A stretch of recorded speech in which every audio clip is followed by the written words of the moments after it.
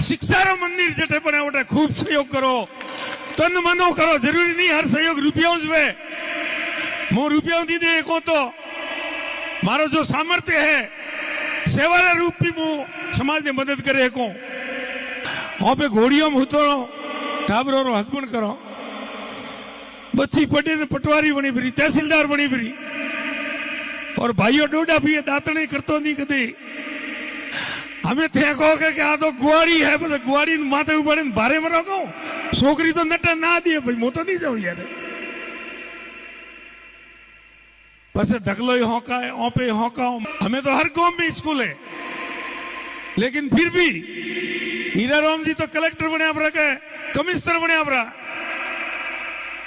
अंत घरती मारा लौण बेन बनोड़ी न हुए तो हीरालाल जी ने हाड़ी वाली पसंद आई है।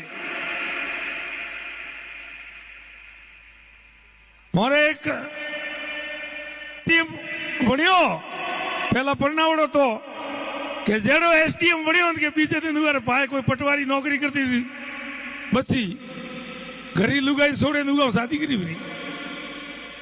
तो ये सब चीजों आवा वाला टाइम में अपने समाज के वास्ते हित में नहीं है।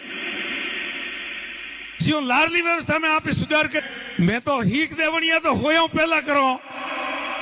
और थोड़ा हाथी कोई राखे टाबर 12 15 20 वर 22 वर वेपर तो हमें हुआ ड्राइवर नॉन क्रिकेट लावनी।